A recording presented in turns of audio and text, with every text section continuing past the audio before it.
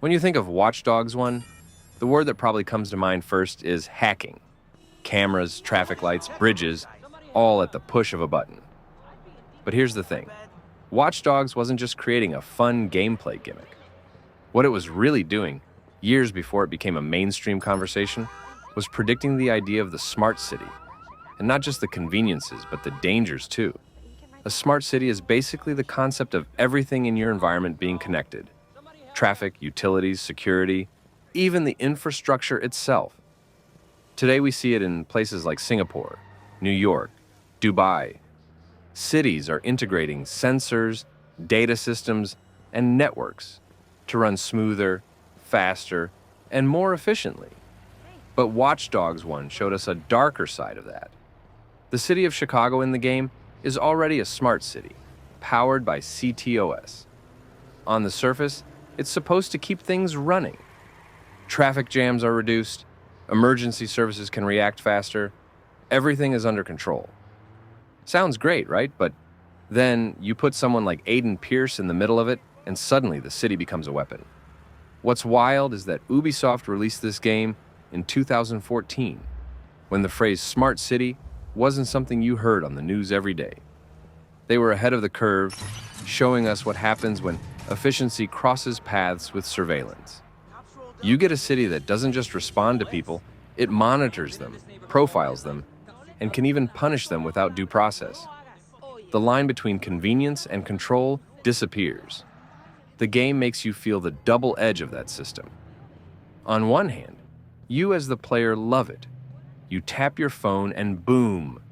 Traffic lights crash, bridges rise, steam pipes explode. It makes you feel powerful. But then, you think about it in reverse. If you can do that, what could someone else do to you? If a hacker or a corporation or even the government had that much power, imagine what could happen. And that's where Watch Dogs quietly becomes more than just an action game. It's a warning. Even the NPC interactions tie into this theme.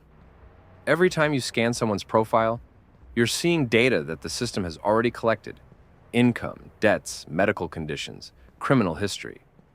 The unsettling part is that this information exists in the real world too.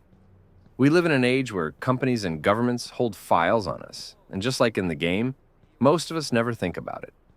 Watch Dogs.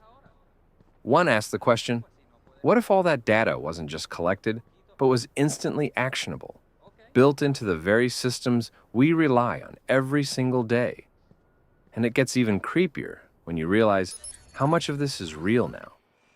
Think about modern cities where traffic lights are connected to centralized control, or where surveillance cameras can track people in real time using AI. In some places, facial recognition can identify you instantly in a crowd. Watch Dogs. One took that idea and gamified it.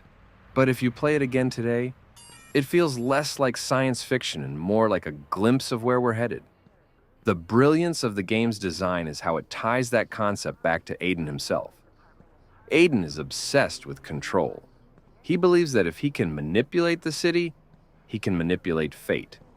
But just like a real smart city, his control is an illusion.